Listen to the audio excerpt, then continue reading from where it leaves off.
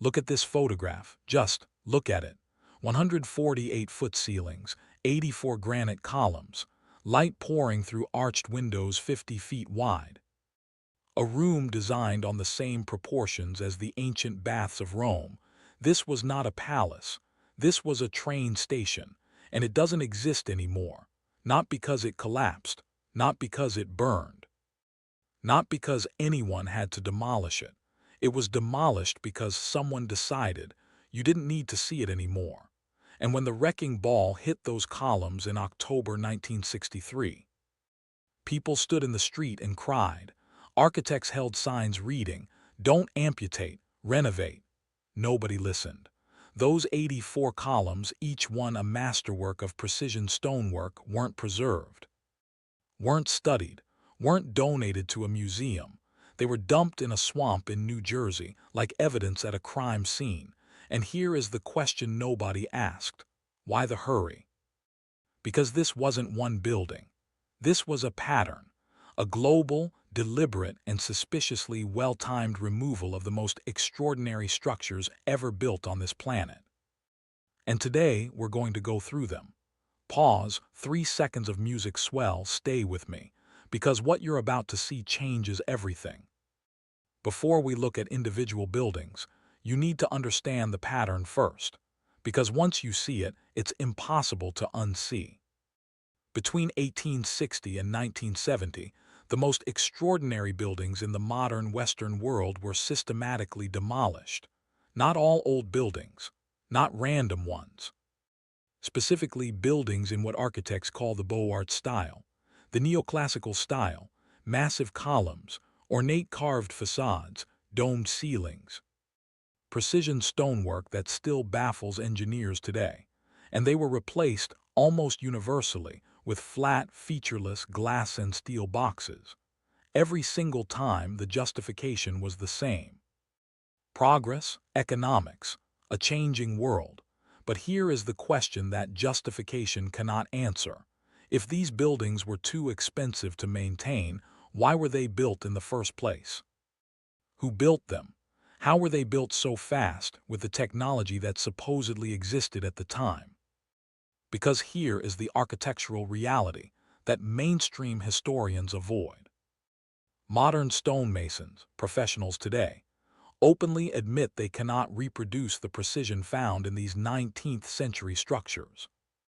Not at that scale, not at that speed, not with 21st century technology, let alone horse carts and hand tools. So who built them? Let's start with the most famous case, Pennsylvania Station. New York City, 1910, 9 acres of travertine and granite, 84 Doric columns. A waiting room modeled on the baths of Caracalla in ancient Rome, the largest indoor public space in New York City when it opened. One writer who visited Penn Station didn't call it beautiful. He said entering it felt like entering a city, as a god in a train station, free, open to everyone. By 1945, 109 million people passed through it in a single year. And then in 1961, the Pennsylvania Railroad announced it would be demolished. The reason? Money, declining train travel. They needed cash from the air rights above the underground platforms. Madison Square Garden, a sports arena, would be built above where the columns used to stand. Architects organized, protests formed, petitions circulated. The city voted yes to demolition anyway. October 28, 1963, the wrecking ball swung, and those 84 Doric columns dumped in a New Jersey swamp, not preserved, not studied, not analyzed, dumped.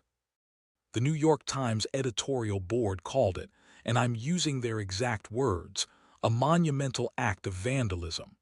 Now, let me ask the question the official story doesn't invite.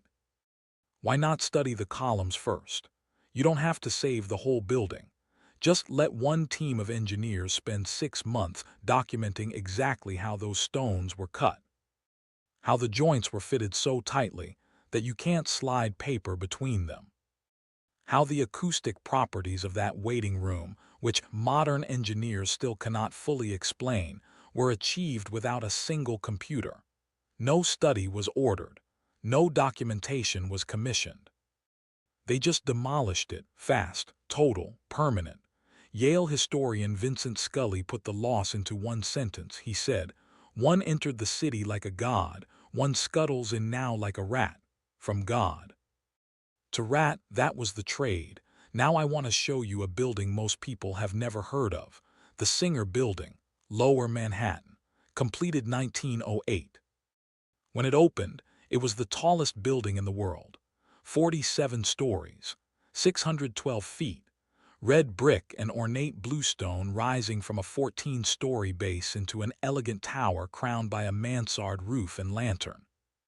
One critic of the era described the interior lobby as having, and pay attention to this word, celestial radiance. Celestial, relating to the heavens, marble columns, bronze trim, plastered dome ceilings where columns met above, bronze medallions worked into the stone capitals with a precision level that modern craftsmen openly struggle to match. A sewing machine company's office building, looking like a room from another world. And here's what happened. In 1964, United States Steel purchased the Singer Building. Their plan: demolish it. Build a flat 54-story glass headquarters in its place. The Landmarks Preservation Commission, created specifically to prevent this, never even considered protecting the Singer Building. The tallest building in the world at construction, never even considered. Demolition began 1967. By 1968, gone. The Singer Building holds a record almost nobody knows. It was the tallest building ever deliberately destroyed by its owners in human history. The tallest, ever, deliberately, destroyed. And the only piece that survived. Some lobby chandeliers saved and installed in an art school in Brooklyn.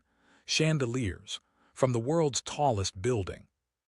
And before demolition, no engineering study, no documentation of the construction methods, no analysis of how the lobby achieved what witnesses called celestial radiance. Just gone. Now here's where the pattern gets deeply strange. The World's Fair buildings. Chicago, the world's Columbian Exposition, a complex that designers called the White City. If you've never seen photographs of the 1893 World's Fair, stop right now and look them up. Because no description I give you prepares you for what these buildings looked like. Dozens of enormous neoclassical palaces surrounding a central reflecting lagoon. Columns of impossible scale. Facades of ornamental complexity that architectural historians compare to ancient Rome. Domes the size of cathedrals, all surrounding a body of water that reflected the entire complex in perfect symmetry. The manufacturer's building alone, just one structure in this complex, covered more ground than the Great Pyramid of Giza. And here's what we're told. All of it was built in 2 years. With 1891 technology, horse-drawn carts, manual laborers, basic steam power, no computers, no modern cranes, 2 years, and when the fair ended it was demolished, burned, gone. Before any serious study could be done. The same pattern repeated at Omaha 1898, Buffalo 1901, St. Louis 1904, San Francisco 1915, fair after fair, city after city. Extraordinary structures appearing, then immediately erased. Now consider, the Cologne Cathedral took 632 years to complete. Notre Dame took nearly 200 years. These were structures of comparable ornamentation and scale. The World's Fair palaces, built in 24 months, demolished within weeks of the fair's closing. And here is what the alternative history community has been pointing out, and what I think deserves honest examination. The construction records for many of these structures are incomplete, sparse. In some cases, missing entirely. For buildings of this complexity, built by professional organizations with full architectural departments, the paper trail is remarkably thin. Why? Everything we've discussed is American, But this story is not. London, 1936. The Crystal Palace, a massive structure of cast iron and plate glass stretching 1,851 feet, built for the Great Exhibition of 1851, burns to the ground in a fire never conclusively explained. 400 firefighters couldn't save it. The surviving towers were demolished in 1941. Warsaw, 1925. An elaborate Russian Orthodox church, described as one of the most beautiful religious structures in Central Europe, demolished, not because it was unsafe. Demolished as political erasure of a former power. Tokyo, 1967. Frank Lloyd Wright's Imperial Hotel, which survived the catastrophic 1923 Great Kanto earthquake that killed over 100,000 people. While everything surrounding it collapsed, demolished to make way for a high-rise. Engineers who examined it acknowledged they couldn't fully explain how the building survived a disaster that destroyed an entire city. They demolished it anyway. Melbourne, Australia, 1973. The Federal Coffee Palace, consistently named one of the most remarkable Victorian commercial buildings in the Southern Hemisphere, demolished and replaced with an office building. The pattern is global. The most extraordinary buildings of the Old World style, demolished in the 19th and 20th centuries, replaced with dramatically simpler structures. Always the same justification: progress, economics, a changing world. But here is what that answer cannot explain. The knowledge disappeared with the buildings. If human civilization built those structures, if the craftsmen of the 1880s possessed those skills, then those skills should have continued, should have been taught, should exist today. Instead, the period after 1930 shows a near-complete collapse in the ability to produce architecture of that quality. We chose not to build elaborately. That's the official answer: modernism. But there's a difference between choosing not to build like that and losing the knowledge of how. We lost the knowledge. How do you lose knowledge that was supposedly practiced for hundreds of years? Unless the people who possessed it were no longer here. Here is the hypothesis. I'll lay it out plainly. You can agree. You can reject it. You can research it yourself. That is exactly what I want you to do. The buildings that were demolished, Penn Station, the Singer Building, the World's Fair Palaces, the Crystal Palace, were not built by the civilizations that demolished them. They were already there, built earlier, by a civilization whose architectural language appears in the same form on virtually every continent, the same column proportions, the same dome designs, the same relationship between scale and ornamentation, because it was the same civilization. And when that civilization ended, when a catastrophic event the alternative history community calls the Great Mud Flood removed most of the population and buried the lower levels of thousands of buildings, the people who came after inherited what remained. They repurposed those structures. They claimed them. They wrote new histories to explain buildings they didn't build. And as those structures became inconvenient, as they became physical evidence of a story that didn't fit the official narrative, they were demolished. Fast, complete. Before anyone could study them carefully enough to ask the questions I'm asking right now. Is this what happened? I cannot tell you with certainty.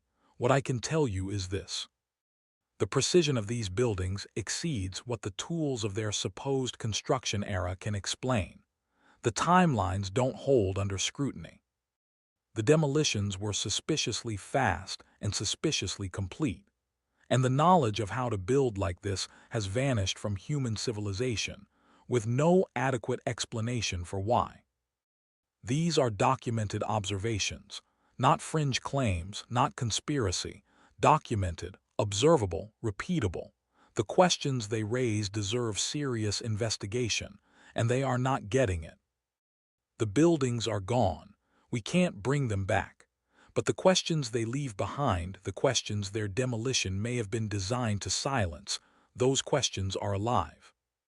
And they are spreading. Every week, more people look at the photographs. More people notice the basement windows sitting below current ground level. More people notice that identical dome proportions appear on buildings with no documented connection to each other. More people notice that the most beautiful structures in every city all come from roughly the same historical period. And more people are asking the same question. How? Not who, not why, not even when. Just how. How were these buildings made with that precision? How did the same architectural language appear on 6 continents simultaneously? How did 84 perfectly carved Doric columns get dumped in a New Jersey swamp, without a single institution demanding to study them first? Until that question gets an honest answer, until the evidence is examined without a predetermined conclusion, the investigation stays open. This channel stays open. And every single week, I will be here, asking the questions that mainstream history refuses to. If this video opened a door for you, subscribe now. Drop a comment below with the most extraordinary old